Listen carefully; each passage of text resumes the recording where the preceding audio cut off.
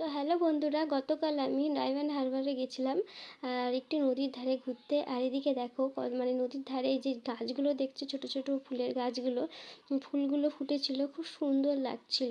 আর এই নদীটা দেখো, খুব সুন্দর লাগছে দেখতে। আর একটু মেঘলা ওয়েদার ছিল, সকাল থেকে বৃষ্টি হচ্ছিল, আবার পরে রোদ বেরিয়েছিল বিকেলবেলায়। আর এদিকে দেখো, এই যে এই ফুলগুলো দেখছো, অনেকটা জেপসি ফুলের মতো দেখতে। তো যাই হোক, আমি তো ভেবেছিলাম মানে জেপসি ফুল, তো না, এটা জেপসি ফুল না, কিন্তু অনেকটা ওই রকম দেখতে। আর এদিকে দেখো অনেক হয়েছিল।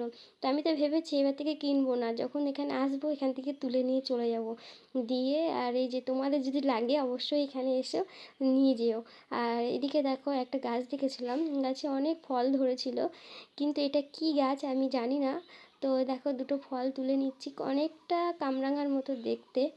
আর আমি নাম জানি না, বড়বাবুকে জিজ্ঞেস করছিলাম, ও বলছিল এটা বিষ ফল। তো কি জানি, আমি জানি না। তোমরা যদি জেনে থাকো এই ফলটার নাম কি, এই গাছটার নাম, অবশ্যই কমেন্টে জানিও। আর ভিডিওটা কেমন লাগলো অবশ্যই কমেন্টে বলো। চলো, টাটা।